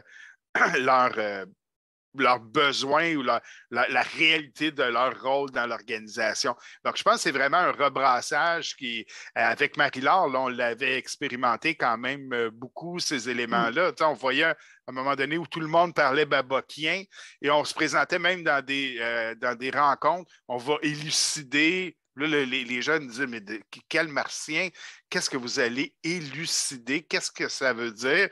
Et les gens continuaient, oui, nous, on parle babokien. Je pense qu'il y a un allègement, puis je pense qu'il y a une volonté peut-être d'adapter aussi le vocabulaire. Là. Je comprends qu'on veut parler affaires, mais souvent, on va inventer des termes qu'on ne diffusera pas ou qui vont avoir une définition différente d'un endroit à l'autre. Là. Des fois, on entend parler un analyste d'affaires qui fait un dossier d'opportunité dans une organisation. Oh, il y a une grande surprise qu'un analyste d'affaires soit là au niveau du dossier d'opportunité. Parfois, il va y avoir des architectes d'entreprise. Parfois, il n'y en aura pas. Donc, ça serait surprenant que ce soit l'analyste d'affaires qui soit là autour de la table pour, justement, avec la très haute direction, en train de faire un dossier d'opportunité. Mais je laisserai la parole à ma collègue Marie-Laure. Oui, clairement, tout ce que vous avez dit, je vous rejoins là-dessus. Pourquoi est-ce que c'est aussi mêlé? Pourquoi est-ce qu'on se chevauche? C'est comme tu as dit, il y a eu plusieurs courants. Alain, plusieurs choses qui sont chevauchées. Tout ce qui n'est pas bien défini, tout ce qui n'est pas cadré comme il faut, même si on a plein de cadres qui nous encadrent, si je peux utiliser le terme, finalement, on s'y perd. On s'y perd parce que pour différents enjeux, il y a des livrables qui sont utilisés d'une manière ou d'une autre. Je pense que ce qu'on doit faire, c'est un alignement des rôles et aussi des livrables, quelque part venir amener quel livrable appartient à quel niveau. Parce que quand on regarde, on parle souvent d'architecture d'entreprise et puis on mélange souvent l'architecture d'entreprise, l'architecture d'affaires, on ne sait plus qui est qui. Puis j'aime beaucoup le petit dessin, tu n'as pas beaucoup aimé ça, Alain, de Azaté qui vient comme placer l'architecture d'entreprise où est encapsulée l'architecture d'affaires cibles et puis ensuite on place les systèmes d'information et ensuite on place les technologies métiers. Donc tout ça est encapsulé sous l'architecture d'entreprise et puis chacun dedans doit trouver son rôle. Quand on prend l'architecte d'affaires en tant que tel, lui, il doit bien sûr en lien avec tout ce qui est les domaines qui sont connus et dans lesquels travaillent, on va dire, les analyses d'affaires, venir avoir une vision globale et puis mettre tout ça en lien dedans. C'est comme un chef d'orchestre qui va venir ramasser tout et puis ramener ça au niveau de l'architecture d'entreprise lié à la vision, lié aux objectifs de l'entreprise. Il ne faut pas oublier qu'on vient ici et puis il y a une belle définition qu'on parle de stratégie. Pierre Adaya donne, je pense que tu la connais, celle-là, Alain, il dit, et puis là, je vais vais le citer mot pour mot, c'est les lignes directrices, la stratégie d'affaires, une stratégie complète, c'est les lignes directrices du comportement qu'une organisation adopte pour créer un mélange unique de valeurs pour ses propriétaires, ses clients, ses partenaires et ses employés, tout en se démarquant d'une manière positive et de ses concurrents. Là, si je reviens sur l'architecture, l'architecte d'affaires est souvent comme dans une tour. Et puis, on a comme l'impression qu'on parle un langage que le monde ne comprend pas, que si on parle de plus en plus de monde de transformation numérique, de monde où on se lie, de monde de collaboration, de monde d'humain, on vient remettre l'humain à la bonne place, tout ce beau monde-là doit s'articuler autour de livrables bien identifiés, autour de rôles bien identifiés, mais où ça n'empêche pas une analyse d'affaires d'aller contribuer à un dossier d'opportunité ou de faire le dossier d'opportunité, comme on dit. Je pense que c'est une question de, on s'est perdu dans tous nos corpus, et puis à force de se perdre dans nos corpus, au bout d'un moment, on ne sait plus qui est qui, puis ça crée un flou, et puis on n'arrive pas à positionner.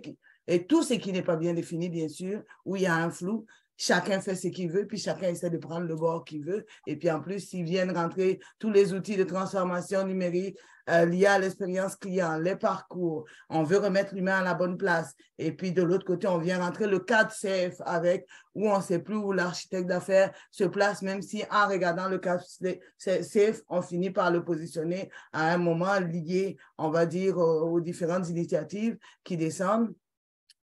Ça amène tout ça. Donc, je pense qu'il faut s'asseoir parce que les organisations ont cheminé. Il y a une question de maturité. On est à différents niveaux de maturité. Et puis là, il faudrait, avec tous les experts qu'il y a, s'entendre, pas laisser tomber, garder les cadres en tête, mais au-delà des cadres, c'est quoi qu'on fait qui a du sens, qui va vraiment apporter et puis de la valeur, puis aligner nos organisations comme il faut pour livrer ce qu'il faut. Parce que ce qu'on veut, c'est livrer des choses pour l'humain et puis avancer, des choses pérennes aussi. Et pour que ce soit pérenne, il faut qu'on se soit parlé au bon niveau.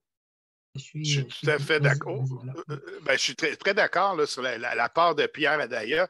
Moi, je pense que c'est justement tout ce courant-là, cette littérature-là, qui nous amène à avoir une meilleure compréhension, d'avoir un meilleur partage et de pouvoir avoir certaines nuances qu'on n'avait pas il y a quelques années. Il y a quelques années, c'était le modèle du Business Architecture Guild avec toute sa rigidité et l'ambition aussi de William Ulrich du côté du Business Architecture Guild d'amener une structure qui était pratiquement externe aux autres pratiques. C'est quand SAFE est arrivé que là, il a réagi parce que là, il voyait que tout son empire s'effondrait sous peu. Fait que moi, je suis content de voir qu'il y a plusieurs guides, plusieurs lectures qui sont possibles. Puis vous avez un BizBook qui est résumé, qui est une couverture noire en jaune dessus.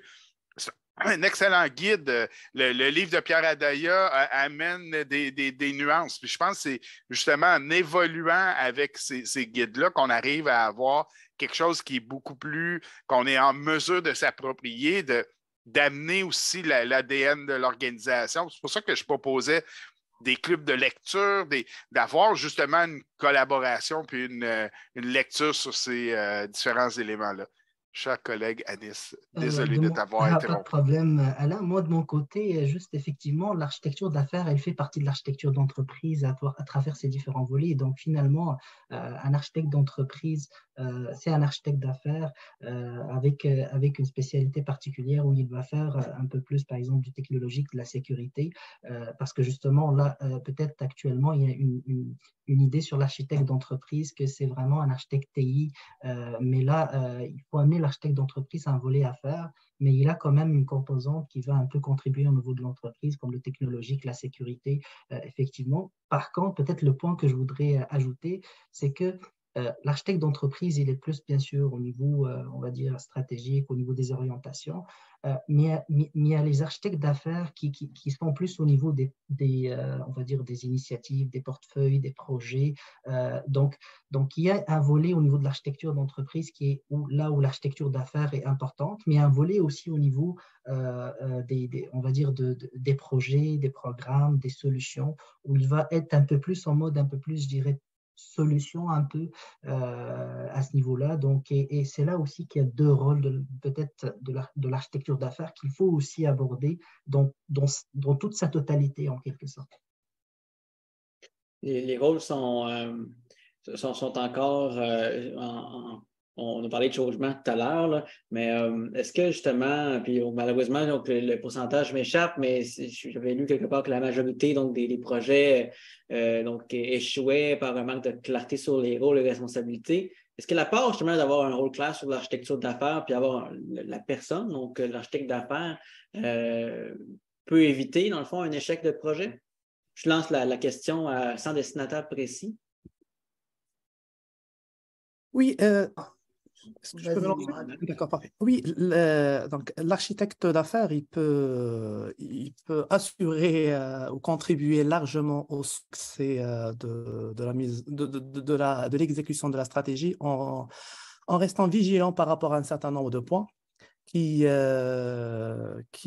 peuvent, on va dire, se pencher vers l'échec des fois du projet s'ils ne sont pas respectés. Donc là, je prends par exemple l'exemple de la stratégie, des objectifs stratégiques lorsqu'ils ne sont pas clairs, lorsqu'ils sont mal ficelés, lorsqu'ils sont mal communiqués. Donc la stratégie, si elle n'est pas bien prise en compte, donc si elle n'est pas bien définie, si elle ne prend pas en compte les capacités actuelles et futures de l'organisation, donc elle va favoriser l'échec. Donc, il va falloir être vigilant par rapport à la formalisation de la stratégie. Donc, et là, toujours en prenant en compte d'autres paramètres. L'architecte d'affaires, il ne doit pas travailler en silo. Ça a été souligné lors de la présentation. Donc l'architecte d'affaires, il devrait s'arrimer, il devrait travailler en coordination avec tous les autres acteurs de l'entreprise. Et ça, c'est un point très important. Le leadership ou le sponsorship est très important. Donc ça, d'après les études qui ont été faites et puis et publiées, donc là, le manque d'implication du sponsorship peut favoriser l'échec on va dire, de l'exécution de la stratégie. Donc il va falloir être vigilant là-dessus. Donc, j'ai parlé donc, du manque de coordination entre les équipes qui peut contribuer à l'échec de l'atteinte des objectifs. L'aspect gestion du changement, donc, et là, c'est très important. Donc, l'architecte d'affaires, il doit il doit anticiper le changement, surtout que lorsqu'on parle d'une nouvelle pratique qui reste plus ou moins abstraite, comme l'architecture d'affaires. Donc, il va falloir préparer le changement voilà, pour faire adhérer l'ensemble des acteurs à cette nouvelle pratique, tout comme ce qui a été fait il y a quelques années avec l'analyse d'affaires. Donc là, il va falloir donc contribuer largement à la fondation de cette pratique-là dont on a parlé tantôt, à travers du formalisme, de la documentation, des outils, toujours en s'alignant par rapport aux bonnes pratiques, par rapport aux standards. Je vais pas pointer, on va dire, vers un référentiel bien particulier, mais donc où on peut s'appuyer sur du BizBox, sur le TOGAF, sur du SAFE, voilà, sur pas mal de référentiels en vue de pouvoir définir, on va dire, et lotir cette pratique en interne. Donc, et puis, donc, l'architecte d'affaires, il doit toujours être focalisé sur la valeur. Donc, la valeur ajoutée, donc toujours la valeur pour les affaires. Donc, autant pour la priorisation que pour on va dire, les différentes analyses qu'il effectue ou qu'il lance. Donc, il doit toujours voir quelle valeur, si l'initiative ne présente pas une valeur, donc il doit re-questionner son initiative. Voilà. Pour moi, ce sont les points sur lesquels un architecte d'affaires devrait être vigilant pour assurer la réussite de l'exécution de la stratégie. Marie-Laure, Oui, de ma petite perspective, et puis là, on est ensemble, c'est quelque part, c'est qu'il est le garant de la stratégie qu'il a élaborée. Parce qu'on va dire, celui qui tient, comme on dit que l'analyse d'affaires porte le besoin, l'architecte d'affaires vient lier tous ces besoins-là. Il élabore une stratégie. Cette stratégie-là, il faut s'assurer qu'on soit toujours aligné dessus pour justement livrer la valeur. Et puis, il doit aussi toujours rester en lien avec les architectes, on va dire, de technologie, de solutions technologiques de l'autre côté, pour que les arrimages puissent se faire pour justement qu'on amène à chaque fois, à chaque bloquant que l'équipe, on va dire, d'analyse, de PO, selon la structure que prend l'organisation, on pouvoir y répondre et puis continuer à faire le lien avec la stratégie et aussi la vision qui a été définie par l'organisation. Où l'organisation s'en va, il ne faut jamais le perdre de vue. Puis pourquoi ne jamais perdre de vue le fait de la question de pourquoi on le fait. Ne jamais oublier pourquoi on le fait. Si on n'oublie jamais, si on n'oublie pas pourquoi on le fait, ce que c'est et pourquoi on le fait, je pense que jamais on se perdra parce que chacun des rôles jouera son rôle. Chacun on va dire, des profils joueront leur rôle comme il faut. Et puis, s'ils jouent leur rôle, bien sûr, on arrive à un succès. Si on se perd en chemin, c'est sûr qu'on est sujet à des échecs. Moi, je suis d'accord avec cet élément-là. Puis j'ai partagé, là, il y a SFIA, qui est un organisme là, qui structure puis qui donne des niveaux de maturité selon les différents rôles qu'on joue. C'est un élément qui est quand même très pertinent. Puis il y a peut-être quelque chose aussi qu'il faudrait se questionner parce que dans les structures salariales, bon, on va aborder cet élément-là.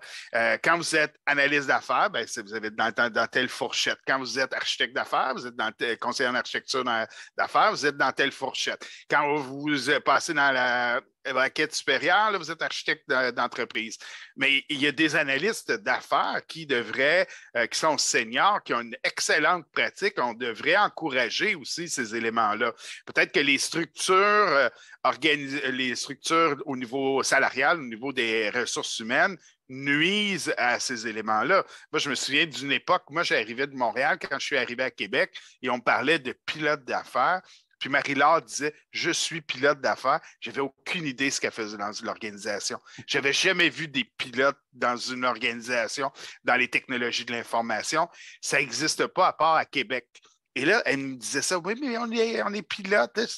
Pilotez quoi? Qu'est-ce que vous pilotez? Puis là, après ça, je vois le modèle français où un pilote d'affaires, c'est vraiment plus au niveau pratiquement entre un architecte d'entreprise, un conseiller en architecture d'entreprise et un conseiller en architecture d'affaires. Il y a peut-être une explosion des titres, puis il y a peut-être aussi que les titres ont été reliés à des salaires, alors qu'on devrait avoir un respect au niveau de la seniorité ou de la capacité de quelqu'un de livrer des processus d'affaires. Oui, c'est plus granulaire, mais si ce n'est pas bien structuré, ça ne fonctionnera pas. Si ce n'est pas bien documenté, ça va être difficile de s'appuyer. Même chose au niveau des gens qui font l'architecture d'affaires, même chose au niveau de l'architecture d'entreprise. Donc, il y a vraiment cet équilibre-là, cette révision-là, parce que ça nuit, globalement, ça nous nuit à tous.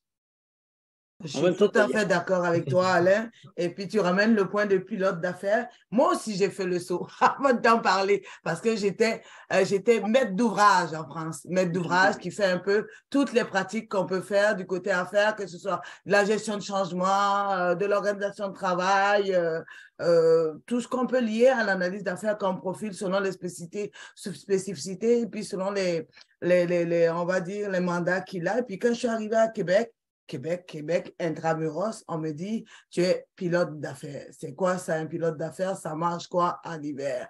Donc là, finalement, ce qui m'a permis de me raccrocher, c'est qu'est-ce qu'il y avait dans le métier de pilote d'affaires, puis moi qui me rejoignais, puis qui me permettait de définir ça. Et puis, c'est là où j'ai compris que pilote d'affaires, avant qu'on ait toutes les pratiques spécialisées en gestion du changement, etc., qu'on a eu après, le pilote d'affaires, par exemple, côté CGI, portait toutes les pratiques qu'on pouvait trouver côté affaires. Donc, le pilote d'affaires, c'était le master, là, le chef de tambour de, quelque part, le chef d'orchestre de tout ce qu'on pouvait avoir comme pratique d'affaires. Donc, maintenant, quand on a un mandat, pilote d'affaires, ça va dépendre des contextes des clients. Donc, tu apprends à réduire ta voilure pour être, pour être pilote d'affaires, analyse d'affaires qui va plus s'occuper, être lié au système, analyse d'affaires qui va plus faire de l'expérience client, analyse d'affaires qui va plutôt faire de l'organisation de travail. Et puis, là, le mot pilote d'affaires, si je peux te rassurer, depuis le temps, ça a bien évolué parce que pilote d'affaires, ça reste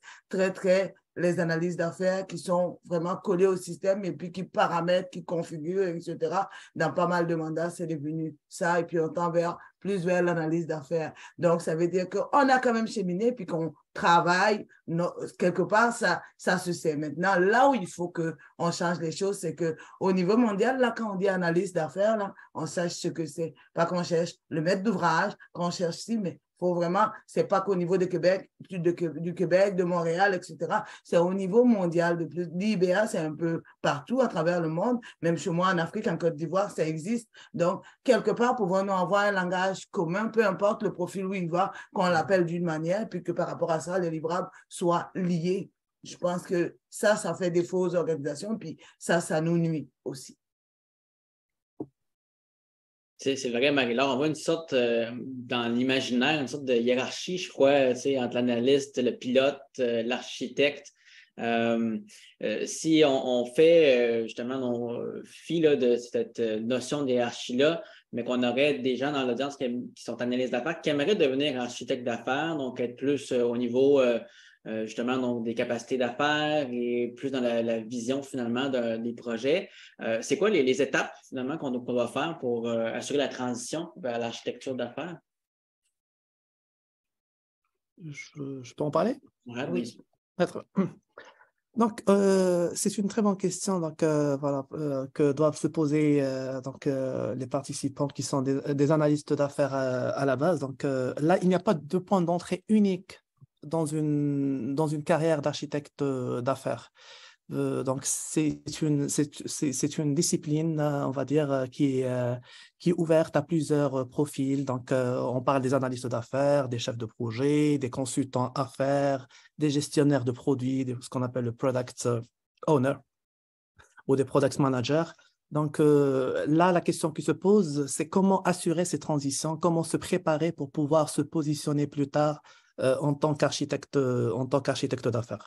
Donc, avant d'envisager cette transition, il va falloir être conscient que ce rôle nécessite des compétences bien particulières, quelques-unes qui sont similaires que celles d'un analyste d'affaires, tels que, on va dire, le leadership, les capacités rédactionnelles, communicationnelles, la capacité à résoudre des problèmes, la capacité d'influencer, de gérer le temps, etc.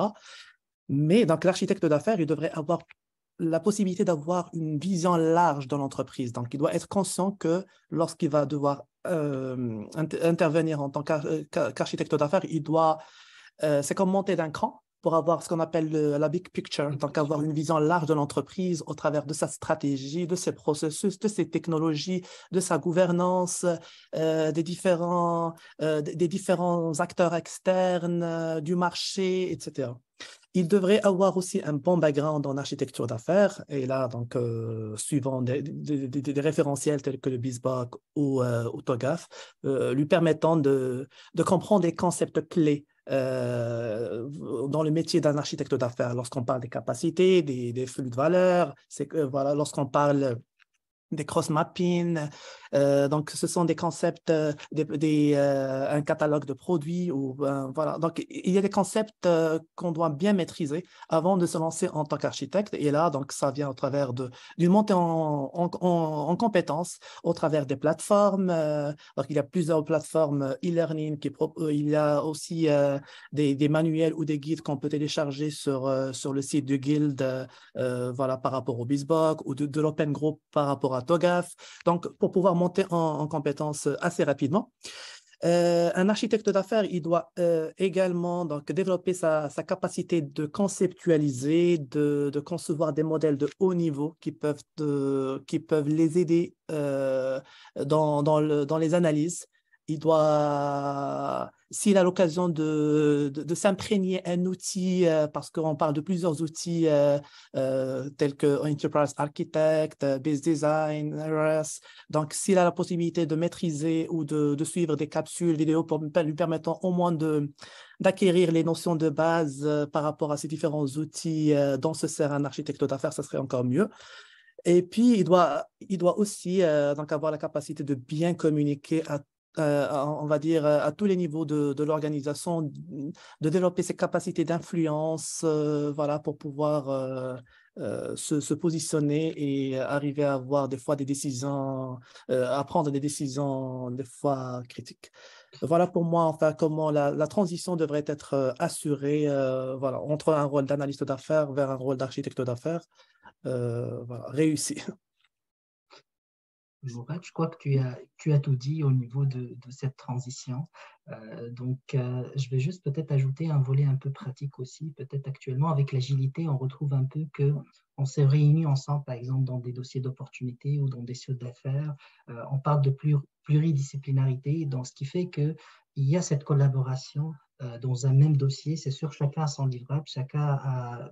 Peut-être qu'il y a quelqu'un qui prend la plume, mais souvent, on a cette collaboration. Donc, peut-être l'analyse d'affaires, essayer de se rapprocher plus, par exemple, des livrables un peu plus ou d'un architecte d'affaires, même en tant que collaborateur. C'est sûr que l'interaction existe toujours et aussi peut-être participer peut-être à des projets qui sont plus des programmes de transformation où là, on peut avoir un peu la visibilité plus sur l'organisation, même en tant qu'analyste d'affaires aussi, ça pourrait aider à peut-être ajouter un volet un peu plus aussi pratique aussi au niveau de la transition d'analyse d'affaires vers un architecte d'affaires. Il y a un point, si vous permettez, effectivement, que je voudrais rajouter, c'est l'apport des communautés. Donc une fois l'architecte d'affaires, ou cet analyste d'affaires qui est sur le point de se positionner en tant qu'architecte d'affaires a un background qu'il estime assez solide. Donc, ça serait bien, et ça rejoint le point que Anis vient de signaler, donc de rejoindre une communauté afin de pouvoir contribuer dans des travaux pratiques, entourer des experts, pouvoir par exemple prendre, je prends l'exemple d'un business scénario, d'un scénario d'affaires qu'on développe à partir duquel on essaie d'aller plus loin en profondeur en appliquant les différents concepts, cross-mapping, un scénario d'affaires qu'on essaie de le matcher avec les capacités des flux de valeur, des produits, des stakeholders. Donc, enfin, c'est très intéressant et ça permettrait d'appliquer toutes les notions qui ont été assimilées ou apprises lors de ces formations-là, parce que des formations théoriques, elles doivent être pratiquées pour qu'on puisse, on va dire, être prêt à mieux se positionner auprès de l'organisation. Peut faire du pouce dessus, il doit avoir, tu parlais il doit savoir plein de choses sur l'organisation, avoir une vision globale de l'organisation. Je vais reprendre le thème favori on va dire, comme on a de la guilde, il doit avoir une vue holistique. C'est ça, c'est le terme qu'on a. Et puis, il doit savoir, quand on dit autant lié au niveau stratégique que redescendre, il doit pouvoir monter et descendre, parce que pour pouvoir descendre, si on reste au niveau du stratégique, on ne descend jamais, et puis le monde là-bas ne nous comprend pas, et puis c'est quelque part comme si on était deux solitudes qui se côtoyaient. Donc, il faut que, déjà pour qu'un analyste devienne un architecte, il faut qu'il sache c'est quoi que l'architecte fait. Donc, comprendre son domaine, mais comprendre aussi c'est quoi le métier d'architecte. Donc, au travers des lectures, au travers des communautés, venir lier tout ça pour pouvoir appliquer, parce que si tu ne comprends pas, tu ne peux pas, même si tu fais plusieurs communautés, plusieurs apprentissages, tu ne peux pas le faire atterrir. Faut surtout le faire atterrir et puis l'appliquer au niveau des organisations, dans la latitude des fois qui nous est donnée. Donc, s'y intéresser. Pour y arriver, c'est s'y intéresser et lire beaucoup, beaucoup, beaucoup. Être comme Alain. Alain ne dort jamais. C'est un veilleur. C'est mon mot de la fin, je te passerai à ce niveau-là. Ben, moi, un élément que je trouve qui est important, là, puis je voyais le hackathon, de participer au hackathon, participer, de trouver un mentor, de trouver du coaching, de participer, de s'investir dans une communauté de pratique. Tous ces éléments-là, oui, on est passé dans le sas ou dans l'espace vide pendant la pandémie, puis tout le monde est à la maison, on est dans nos pantoufles, ça va très, très bien. Moi aussi, je suis très heureux. Mais il y a tout l'élément de casual collision qu'on a perdu. Donc, ces rencontres fortuites-là, le fait de se rencontrer à la machine à café, de dîner avec d'autres personnes, de provoquer ces rencontres-là, c'est des éléments qui sont fondamentalement très importants. C'est les éléments qui relient, c'est les éléments qui font qu'on peut dire « Ah, j'ai telle personne, ah, j'ai tel contact ». C'est très facile sur LinkedIn. Tu acceptes 17 personnes, tu as 17 nouveaux amis. Mais est-ce que tu as déjà communiqué avec ces gens-là? Est-ce que tu participes dans des communautés? On en a mis une en place avec Marie-Laure. Est-ce qu'elle est parfaite? Pas du tout. Mais est-ce qu'elle peut contribuer? Bon, on le souhaite. Et j'encourage, et même lorsque j'enseigne, j'encourage les étudiants à s'investir dans les communautés de pratique, dans les organisations. Donc, s'il n'y a pas ces environnements-là, sécuritaire, s'il n'y a pas ces endroits-là, ces laboratoires-là où on peut expérimenter, ben, il va être très difficile de croire que les gens vont être en mesure de prendre le relais. Très difficile de voir qu'il y a peut-être tel élément. Oui, mais dans la culture ici, on est à tel endroit. Il faut comprendre l'ADN des organisations. Il faut être en mesure de l'apprécier. Puis même comme consultant, c'est là qu'on devient le plus pertinent. Pour avoir passé une grande partie de ma vie comme consultant, ben, c'est de comprendre, d'avoir ce maillage-là avec l'ADN de l'organisation. C'est là qu'on devient pertinent. Sinon, la théorie, il y en a plein les livres, on en a plus qu'on en a de besoin, et des modèles, si vous en voulez. C'est peut-être en adopter certains, d'être restreint dans le nombre de modèles, mais de trouver ceux qui vont frapper le plus souvent, puis de revenir, puis d'avoir cette image mentale-là. L'exemple que je donne toujours sur les ascenseurs pour sortir, ben, quand vous arrivez là, vous le regardez, rapidement, vous comprenez ce qui se passe. Ben, c'est un peu le même genre d'éveil que vous devriez avoir quand vous présentez un livrable à quelqu'un qui n'est pas nécessairement dans votre domaine ou très familier. Quand il le regarde, il fait comme « Oh, ça va pas ». Un heatmap des capacités, là, la personne fait comme « Oh, ça va pas ». La même chose quand vous présentez une redondance de service ou vous présentez que 14 endroits où on peut imprimer dans l'organisation. C'est des images. C'est quelque chose qui va influencer, qui va avoir une vision, qui va avoir un impact auprès de votre lecteur. Puis ça, c'est peut-être la partie qui est la plus importante, mais les communautés, puis redonner à la communauté, ça, c'est un élément qu'on oublie souvent quand on réussit. Là, on fait comme « Ah, mais j'ai plus vraiment le temps de me présenter. Ah, j'ai pas vraiment le temps de venir faire des conférences. » Prendre le temps de venir partager, de s'exposer, de certaines fois de trébucher, d'avoir d'autres visions, de nuancer un peu notre propos. Bien, je pense que c'est à ce moment-là qu'on devient plus fort et plus pertinent aussi. Qu'on peut guider sur le chemin au fil du ruisseau, c'est ça? Annie, est-ce que ça t'avait une réaction? Moi, je rejoins parfaitement donc Marie-Laure pour la fin, pour justement ce qu'a écrit Alain à la fin, le ruisseau avec guider. L'architecture, c'est pour guider, justement. Donc, effectivement, je crois que c'est un beau mot pour la fin, pour décrire l'architecture. Ça ne doit pas être une entrave, ça ne doit pas être complexe aussi. Comme dit Alain Fortier, si on voit des concepts qui sont trop complexes, ça va comme nous décourager un peu.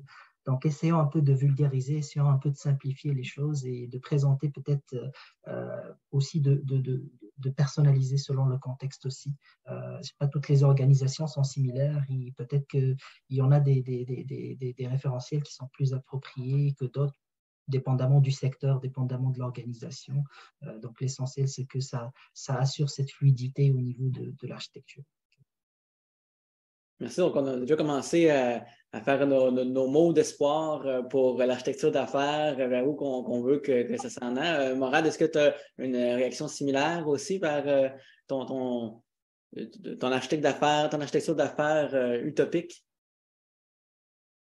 Ben, en fait, donc, moi, j'aimerais juste rappeler que donc, l'architecture d'affaires a un rôle, un apport très important. Donc, là, en fait, que d'après les dernières statistiques qui ont été publiées, c'est que donc, 70% de tous les projets initiatives du changement conduits par les entreprises échouent en raison de l'écart entre la stratégie et l'exécution. Donc, en d'autres termes, ce taux d'échec s'explique par l'absence de ces chaînons maillants qui est l'architecture d'affaires. Mais donc, il ne suffit pas juste d'avoir l'architecture d'affaires, il faudrait bien sûr donc faire les choses conformément aux règles de l'art, comme on dit. Donc, et ça rejoint les différents points dont on a parlé tantôt.